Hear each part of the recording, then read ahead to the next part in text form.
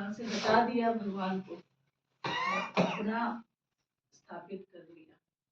लेकिन जो सत्य है वो भगवान ने ये दिखाने के लिए कलयुग वासियों को, क्योंकि भगवान त्रेता में आए, द्वापर में आए, कलयुग में भगवान संत के रूप में आएंगे, तो ये चीज बताया गया है। ये समझने वाली बात है कि भगवान ये दिखा रहे हैं कि देखो, तुम लोगों को भी तुम्हारे घर से दूर किया गया है। ध्यान दीजिएगा इस बात पे। तुम लोगों को भी तुम्हारे घर से दूर किया गया है, जो तुम अपने असली घर में नहीं आ पा रहे हो।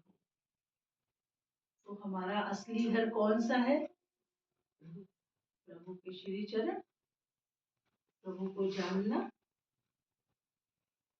कि वो भगवान तो कहीं गए नहीं, भगवान तो सर्वव्यापक है, सर्वव्यापी है, भगवान तो कहीं गए नहीं है।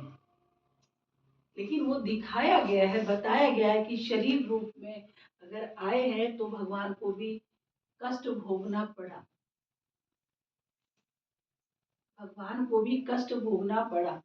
लेकिन भगवान कहिए कि कष्ट भोग रहे हैं, तो भगवान आप दिखने में आ रहा है कि 14 वर्ष का वनवास मिला, माँ कैकेयी ने उनको वनवास के लिए भेजा, अपने वचन को लिया दशरथ जी से। ये सब पहले से लीला थी, कोई इंस्टेंट कुछ नहीं हो रहा था। जो कुछ हो रहा था पहले से ही लीला थी और पहले से ही हो रहा था।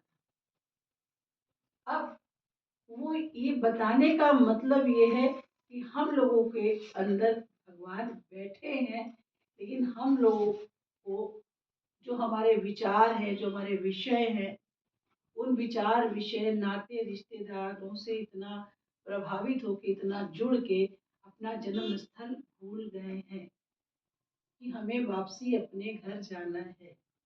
तो इधर कलयुग का प्रकोप बढ़ रहा है, इसलिए इतने भक्त जन जिन्होंने भगवान को स्थान से हटा के दूसरी जगह रख दिया, इतने भक्त जन हुए, पूरा भारतवर्ष प्लस पूरा विश्व इतना प्रभावित हुआ भगवान के नाम से कि वो अपने घर आ रहे हैं।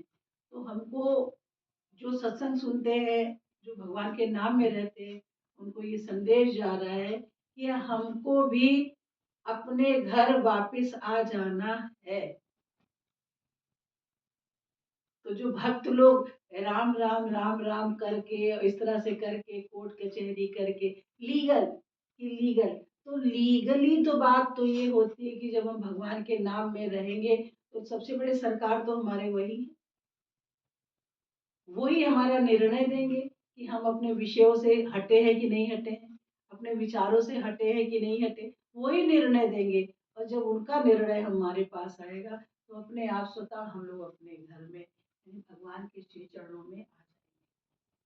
ये बहुत बड़ी कृपा हम लोगों पर हो रही है, इतनी बड़ी कृपा हो रही है कि इसका हम शब्दों से बयान नहीं कर सकते, हमारे पास ऐसी वाणी नहीं है। लेकिन हाँ, उस जिब्या पे बस हर पल हर क्षण मेरे प्रभु का नाम आता रहे, ये सबसे बड़ी कृपा हम लोगों पर आज हुई है। आज क्या हो ही रही है, हर पल हर क्षण हो रही है, नित्य हो रही है कृपा। आप ये मत समझिए कि हमारे पर कृपा नहीं हो रही।